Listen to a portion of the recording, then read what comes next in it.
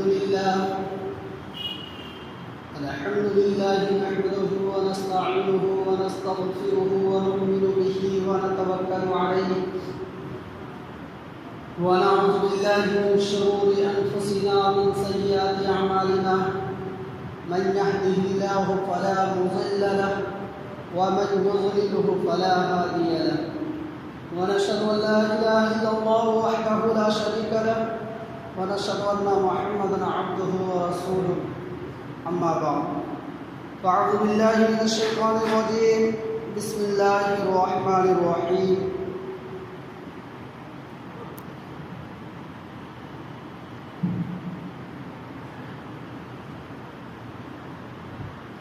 واتل عليهم نبأ إبراهيم إذ قال لأبيه وقومه ما تعبدون قالوا نعبد أصناما فنظل لها عاكفين قال هل يسمعونكم إذ تدعون أو ينفعونكم أو يضرون قالوا بل وجدنا آباءنا كذلك يفعلون قال أفرأيتم ما كنتم تعبدون أنتم وآباؤكم الأقدمون فإنهم عدو لي إلا رب العالمين الذي خلقني فهو يهدين والذي هو يطعمني ويسقين وإذا مرضت فهو يشفين والذي يميتني ثم يحيين والذي أطمع أن يغفر لي خطيئتي يوم الدين رب هب لي حكما والحقني بالصالحين واجعل لي لسان صدق في الآخرين واجعلني من ورثة جنة النعيم واغفر لأبي إنه كان من الظالمين ولا تخزني يوم يبعثون يوم لا ينفع مال ولا بنون إلا من أتى الله بقلب سليم. یہ سورہ شعراء کی آیت نمبر 59 سے لے کر 89 تک تلاوت کی گئی. اور جیسا کہ ہم لوگوں کو پتہ ہے کہ ذی الحجہ کا مہینہ چل رہا ہے اور 2-4 روز کے بعد عید الاضحیٰ 10ویں ذی الحجہ جس میں حج کی ادائیگی ہوتی ہے اور قربانی دیے جاتے ہیں، تو موقع کی مناسبت سے بات کی جائے تو بہتر ہوتا ہے. ابھی مان لیجیے حج کا مہینہ، قربانی کی عید آنے والی ہے، قربانی کی، تو موضوع بھی میں نے وہی رکھا ہے. میں نے ایک لمبی چوڑی قرآن شریف کی چند آیتیں پڑھی جس کا صرف ترجمہ سنا دینا چاہتا ہوں. اور سنا دیں ان کو خبر ابراہیم کی جب کہا اپنے باپ کو اور اس کی قوم کو تم کس کو پوجتے ہو؟ وہ بولے ہم پوجتے ہیں مورتوں کو. پھر سارے دن انہی کے پاس لگے بیٹھے رہتے ہیں. کہا کچھ سنتے ہیں تمہارا؟ کہا جب تم پکارتے ہو یا کچھ بھلا کرتے ہیں تمہارا یا برا؟ بولے نہیں، پر ہم نے پایا اپنے باپ داداؤں کو یہی کام کرتے. کہا بھلا دیکھتے ہو جن کو پوجتے رہے ہو تم اور تمہارے باپ دادا، اگلے سو وہ میرے دشمن ہیں، مگر جہاں کا رب جس نے مجھ کو بنایا سو وہی مجھ کو راہ دکھلاتا ہے، اور وہ جو مجھ کو کھلاتا ہے اور پلاتا ہے، جب میں بیمار ہوں تو وہی شفا دیتا ہے، اور وہ جو مجھ کو مارے گا پھر جلائے گا، اور وہ جو مجھ کو توقع ہے کہ بخشے میری تقصیر انصاف کے دن. اے میرے رب دے مجھ کو حکم اور شامل کر مجھ کو نیکوں میں، اور رکھ میرا بول سچا پچھلوں میں، اور کر مجھ کو وارثوں میں نعمت کے باغ کے، اور معاف کر میرے باپ کو وہ تمہارا راہ بھولے ہوئے ہیں، اور رسوا نہ کر مجھ کو جس دن سب جی کر اٹھیں گے، جس دن نہ کام آئے کوئی مال نہ بیٹے مگر جو کوئی اللہ کے پاس لے کر دل چنگا یعنی قلب سلیم لے کر.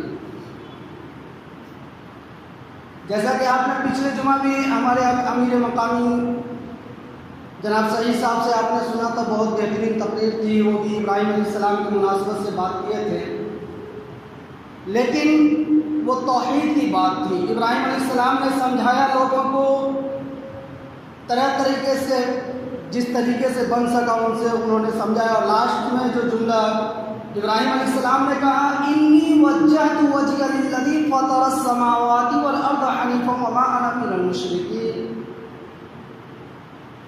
کہ میں تو اس رب کا میں عبادت کرتا ہوں، اس رب کو مانتا ہوں جو زمین و آسمان کا رب ہے. میں مشرکوں سے الگ ہو گیا، میں تم لوگ جس راہ پہ چل رہے میں اس سے الگ ہوں. یہ کیا تھا؟ یہ زبانی قول تھے.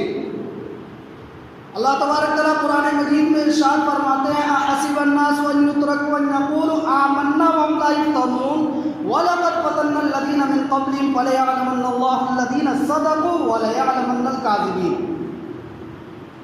کہ کیا لوگ یہ سمجھتے ہیں کہ صرف زبان سے کہہ دیا ہم ایمان لائے وہ چھوٹ جائیں گے؟ نہیں، بلکہ وہ آزمائے جائیں گے اور ایسے آزمائے جائیں گے کہ اللہ تبارک تعالیٰ فیصلہ کر دے گا کہ کون سچا اور کون جھوٹا. یہاں پہ ابراہیم علیہ السلام نے زبان سے اقرار کیا تھا، ابھی تو انہوں نے ابراہیم علیہ السلام نے ابھی پہلی سیڑھی پہ انہوں نے قدم ہی رکھا تھا، ابھی تو آزمائشیں آنی باقی تھی نا. ان الذین قالوا ربنا اللہ ثم استقاموا، کہ جس نے کہا میں ایمان لایا اللہ کے اوپر اور اس پر جم گیا، تو اب جب جمنا ہے تو پھر امتحان کے لیے تیار ہو جائے. جس کو ہم اپنی زبان میں ہم لوگ جو یاد کرتے ہیں کہ ابراہیم علیہ السلام نے قربانیاں، وہ اللہ کی طرف سے وہ امتحانات تھے. ہم لوگوں کی اصطلاح میں وہ قربانی ہے کہ اللہ نے ابراہیم علیہ السلام نے بیٹے کی قربانی دی، اس کے بعد ابراہیم علیہ السلام نے وطن کو چھوڑا، ابراہیم علیہ السلام نے والد کے گھر کو چھوڑا. وہ سب امتحانات تھے اللہ کی طرف سے. تو یہ جو پہلا مرحلہ آیا، ابراہیم علیہ السلام نے کہا کہ میں تم لوگوں سے جدا ہوتا ہوں، تم تو اس کو پوجتے ہو جس کو اپنے ہاتھوں سے بناتے ہو، نہ یہ تمہیں کوئی فائدہ دیتا ہے نہ نقصان دیتا ہے، اور میں اس کو مانتا ہوں جو مجھے بیمار بھی کرتا ہے، شفا بھی دیتا ہے، مجھے کھلاتا بھی ہے، پلاتا بھی ہے، صحت یاب بھی کرتا ہے، اور جب میں مر جاؤں گا تو پھر وہی مجھے زندہ بھی کرے گا، اور پھر وہ مجھے اتنا بھروسہ ہے کہ اللہ تبارک تعالیٰ پہ وہ میری بخشش بھی کرے گا، جنت کا وارث بھی بنائے گا. اور اللہ تبارک تعالیٰ کے یہاں وہی عزت یافتہ شخص ہے، وہی انعام پانے والا ہے جو دنیا سے قلب سلیم لے کر جائے. قلب سلیم کے معنی ہوتے ہیں کہ بنا بیماری والا دل. اور بیماری کون سی؟ یہ ہارٹ اٹیک اور یہ کیا کہتے ہیں ڈائبٹیز اور کیا کیا چیز بیماریوں کے نام ہیں، یہ سب بیماری نہیں، بلکہ یہ بیماری بغض، کینہ، دنیا کی محبت، اولاد کی محبت، یہ ساری چیزیں نہ ہو، بلکہ اس دل میں خالص اللہ کی محبت ہو اور اللہ کی محبت سب پر غالب ہو. ایسا نہ ہو کہ اب تو اللہ سے محبت کرتے ہیں لیکن جب معاملہ یہ آیا کہ گھر والوں کو چنو یا اللہ کے راستے کو چنو، اللہ کے حکم کو مانو یا گھر والوں کی بات کو مانو، تو دونوں میں فیصلہ کرنا پڑے تو پتہ چلا ہم نے گھر والوں کی بات کو مان لیا، اللہ کے احکامات کو پیچھے کر دیے. جب ایسا معاملہ آیا کہ رسم و رواج کو چنو یا اللہ کے احکامات کو چنو، تو ہم نے رسم و رواج کو اپنایا، اللہ کے حکم کو پیچھے کر دیا. کیونکہ دنیا میں رسم و رواج اگر نہیں نبھائیں گے تو یہ اڑوسی پڑوسی ہمارے خاندان والے الٹے سیدھے کہیں گے، ارے کیسا لڑکا تھا یہ، دیکھو شادی میں جا رہا سہرا نہیں پہنا، ارے کیسا لڑکا تھا شادی میں جا رہا کم سے کم کروڑ روپے نہیں لٹائے، پارٹی نہیں کی. اور اللہ کا حکم کیا ہے کہ فضول خرچی نہ کرو. تو ہم نے اللہ کے حکم کو پیچھے چھوڑا، اس لیے کہ اللہ تو ان کو پکڑے گا آخرت میں. دنیا کے اندر تو یہ سارے دوست و احباب آئیں گے، تو اس لیے ہم نے دوست احباب کی باتوں کو مانا. تو وہ ہوتے ہیں قلب سلیم جس پر اللہ کی محبت غالب ہو ہر چیز کے اوپر. جب ایسا مرحلہ آئے، دو راستے ہمارے سامنے آئے، ایک اللہ کا راستہ ایک غیر اللہ کا راستہ، تو ہم غیر اللہ کے راستے پر آڑ بن جائیں بلکہ اللہ کے راستے پر اپنے جان تک لوٹا دیں، وہ ہوتے ہیں قلب سلیم. تو ابراہیم علیہ السلام نے کیا کہا کہ وہاں پہ عزت یافتہ وہی ہوگا جو قلب سلیم لے کر آئے گا، اور لوگوں کو بتایا بلکہ کہ تم جس کی عبادت کر رہے ہو یہ تمہارے ہاتھ کے بنے ہوئے ہیں. اب اس کے بعد پہلا مرحلہ جب شروع ہوتا ہے تو ابراہیم علیہ السلام اپنے باپ سے کہتے ہیں کہ یا ابت انی قد جاءنی من العلم ما لم یأتک فاتبعنی اہدک صراطا سویا. اپنے باپ کو نرمی سے سمجھاتے بالکل پیارے انداز میں، یہ بھی نہیں کہ غصے میں تیش میں آ گئے، نوجوانی کا عالم ہے، باپ بوڑھا ہے بالکل تیش میں بول رہے، نہیں، اے میرے ابا مجھے جو علم ملا ہے وہ اللہ کی طرف سے وہی ملی ہے، وہ آپ کو نہیں ملا، تو ایسا کیجئے آپ میری پیروی کیجئے تاکہ میں آپ کو سیدھا راستہ لے جاؤں. اللہ نے جو حکم دیا، اللہ کا جو سیدھا راستہ ہے صراط مستقیم، اس پر میں چلا دوں آپ کو. یا ابت لا تعبد الشیطان، یہ شیطانوں کی عبادت نہ کیجیے. ان الشیطان کان للرحمن عصیا، کہ یہ شیطان تو خدا کا رحمان کا نافرمان ہے، بہت بڑا نافرمان ہے. یا ابت انی اخاف ان یمسک عذاب من الرحمن فتکون للشیطان ولیا، کہ اگر آپ شیطان کے ساتھی بنیں گے، شیطان کو اپنا دوست بنائیں گے، تو شیطان کا تو ایک ہی راستہ، ایک ہی منزل ہے، جہنم کا گڑھا۔ آپ اس کے دامن پکڑ کر اگر چلیں گے تو پھر کہاں جائیں گے؟ جہاں گاڑی جائے گی وہیں آپ کے منزل ہے۔ آپ اس گاڑی میں بیٹھ رہے ہیں جو کھائی میں گرنے والی ہے، تو آپ سبز باغ میں تو نہیں پہنچ سکتے نا۔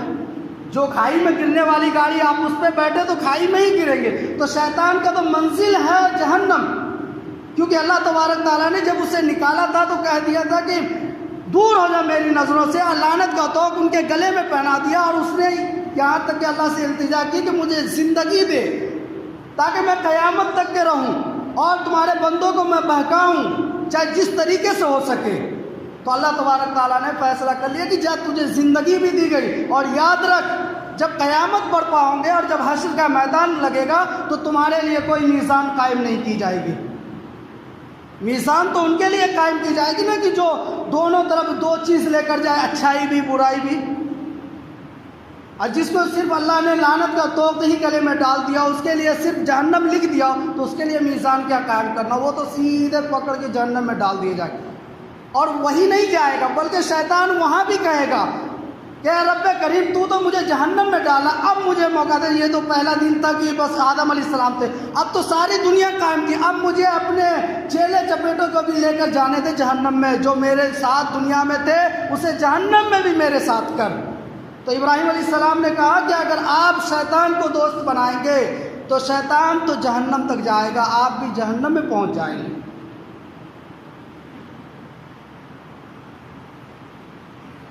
قال اراغب انت عن آلهتی یا ابراہیم لئن لم تنتهِ لارجمنك واہجرنی ملیا۔ ان کے باپ نے کیا جواب دیا کہ اے ابراہیم تو مجھے اس دین سے ہٹاتا ہے جو میرے باپ دادا کرتے تھے۔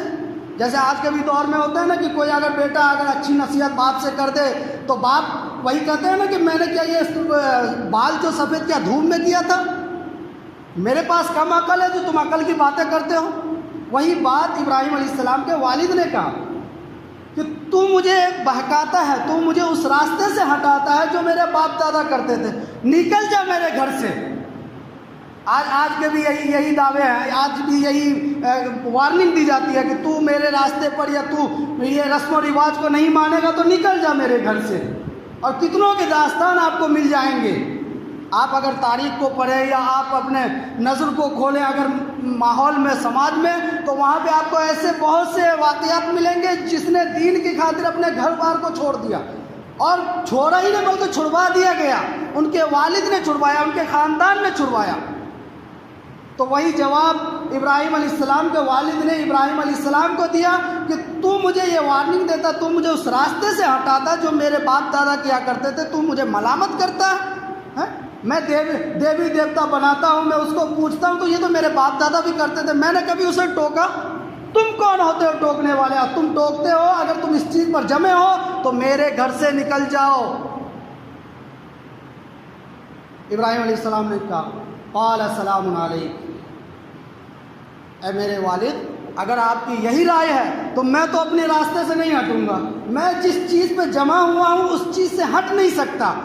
رہی بات گھر چھوڑنے کی، بیچ میں آپ گھر آئے، میں نے کہا نا پہلے قلب سلیم، قلب سلیم کے معنی یہی ہوتے ہیں کہ ایک جگہ اللہ کا حکم آئے گا، دوسری طرف غیر اللہ کا، دوسری طرف دنیا ہاتھ آئے گی اور دوسری طرف ہے آخرت آپ کے اختیار میں کہ پکڑنا کس کو، آپ کا دل کس طرف جاتا ہے۔ دنیا کو پکڑے تو آخرت کھو گئے، اگر آخرت کو پکڑتے ہیں تو دنیا برباد۔ تو وہی چیز ابراہیم علیہ السلام کے سامنے آ گئے کہ باپ دادا کی یہ جائیداد میں حصہ لینا ہے یا گھر میں رہنا ہے، باپ دادا کے مطلب کہ بغل میں بیٹھے رہنا ہے، ان کی واہواہی لوٹنا، ان کی پرورش میں رہنا ہے، یا گھر بار چھوڑ کر جدھر من کو چاہا ادھر کو نکل لے۔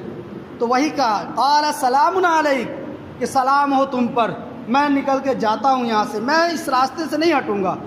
سأستغفر لك ربی انہ کان بی حفیظ، اور جاتے ہوئے یہ نہیں کہا کہ میں تمہیں مار دوں گا، میں تمہیں ایسے کروں گا ویسے کر دوں گا، میں بھی کر کے دکھاؤں۔ آج کے دور کے جو نوجوان بیٹے ہوتے ہیں نا، وہ یہی بات کہتے ہیں کہ آج میں نہیں کماتا، میرے باپ نے مجھے گھر سے نکال دیا، دیکھنا میں کماؤں گا تو اپنے باپ کو بتلا دوں گا۔ یہی کہتے ہیں نا کہ بتلا دوں گا اپنے خاندان کو، نہیں کہا وہ، بلکہ یہ کہا ابراہیم علیہ السلام نے کہ آپ نکالتے ہیں گھر سے، بے شک میں نکل رہا ہوں، لیکن پھر بھی میں نکل کے بھی جہاں بھی جاؤں گا وہاں آپ کے لیے دعائیں مغفرت کرتا رہوں گا، تاکہ اللہ تبارک تعالیٰ آپ کو بخش دے، آپ کے گناہوں کو معاف کر دے، آپ کو اس راستے سے ہٹا کر صراط مستقیم والے راستے پر چلائے۔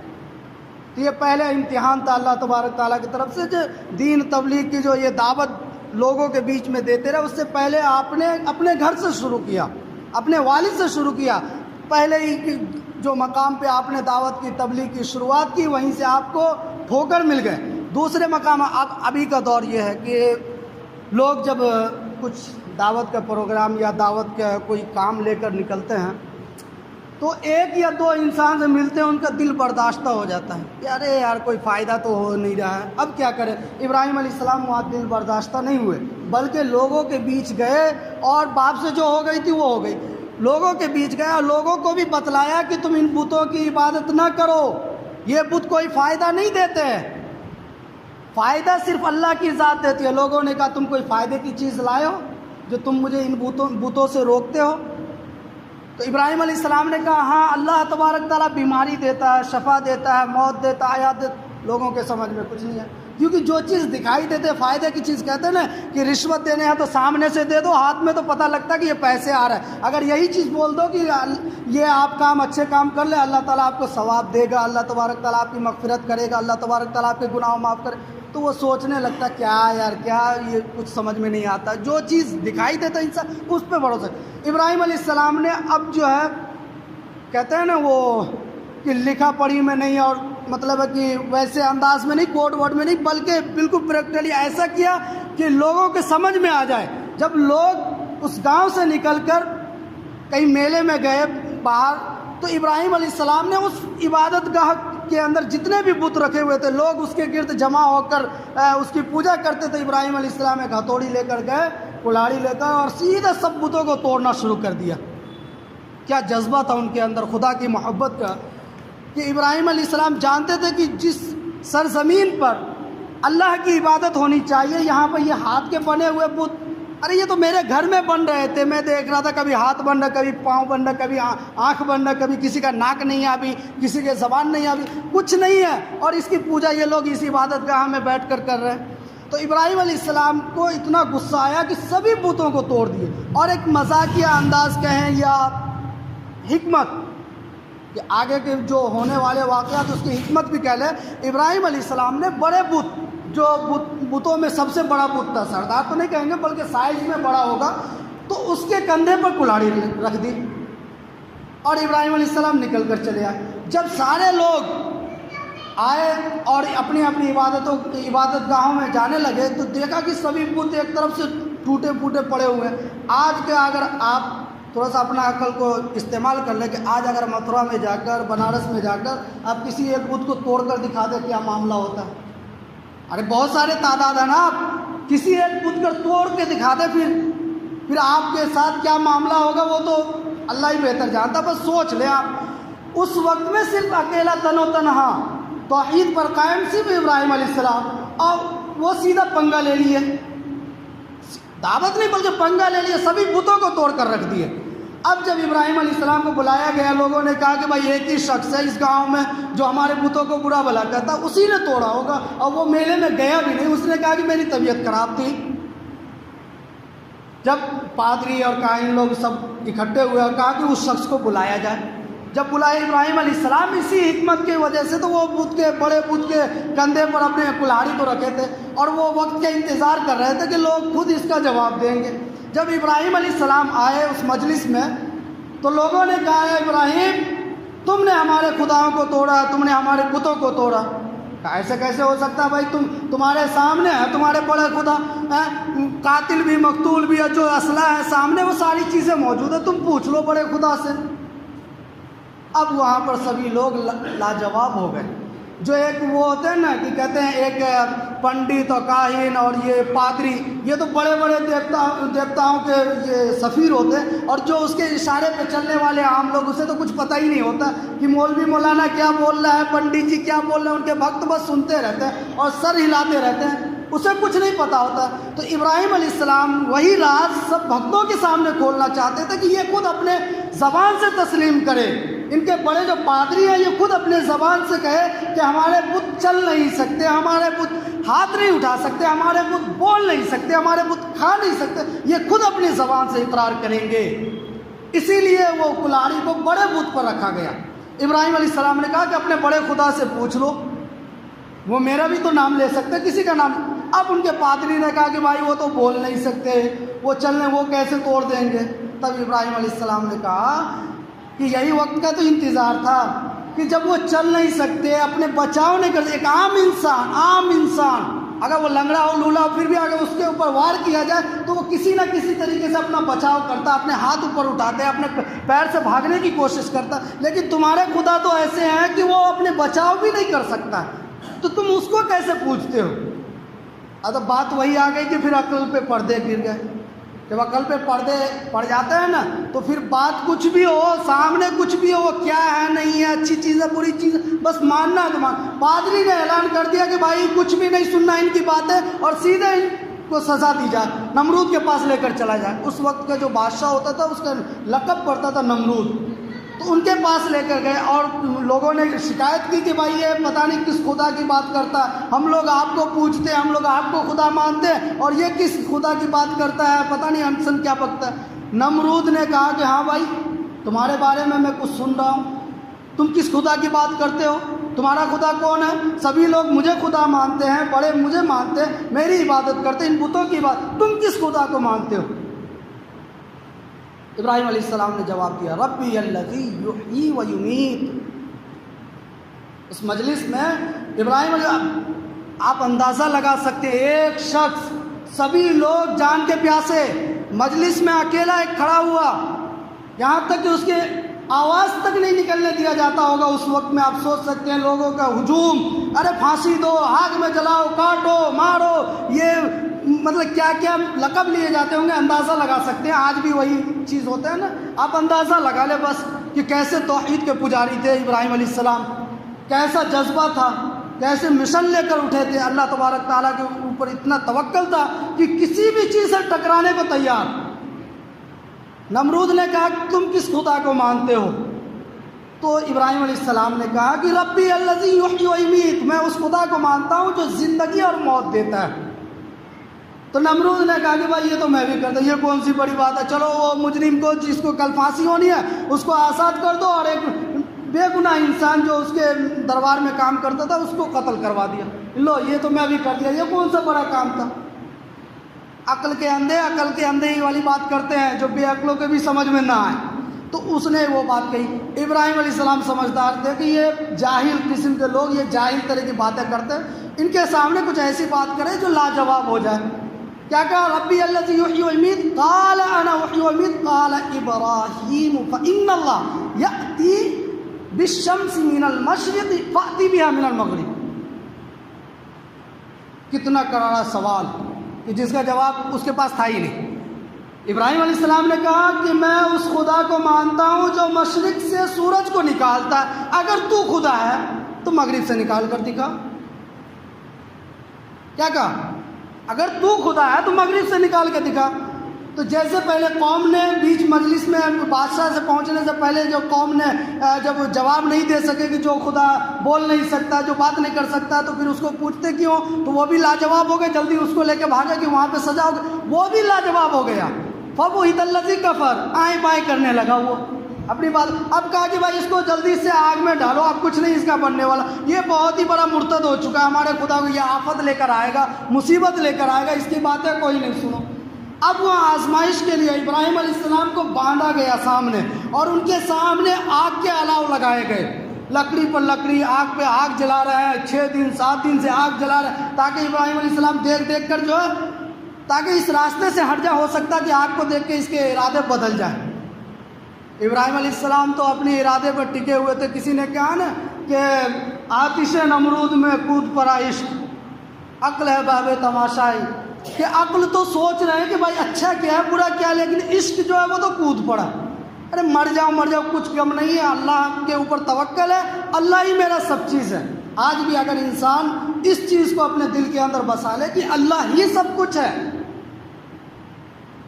غیر اللہ کچھ نہیں بگاڑ سکتا ہمارا، اللہ اگر مٹانا ہمیں چاہے تو کوئی بچا نہیں سکتا، اور اللہ اگر بچانا چاہے تو کوئی مٹا نہیں سکتا۔ ابراہیم علیہ السلام کے آپ پورے واقعات پڑھ لیں، آگ میں گرنے سے پہلے، آگ میں جانے سے پہلے ایک بار بھی الفاظ بھی نہیں کہا کہ اللہ مجھے بچا لے، مطلب فرشتوں کے ذریعے سے بچا لے، کوئی وسائل کر، بس توکل تھا کہ اللہ سے ملنا ہے، چاہے آگ میں جل کر جاؤں یا کسی بھی چیز، ایک محبت بنی ہوئی تھی کہ اب جاؤں تو کدھر جاؤں، میرے قوم مجھے نہیں مان رہے، میرے گھر والے مجھے نکال دیے، بس اللہ کی محبت ہے۔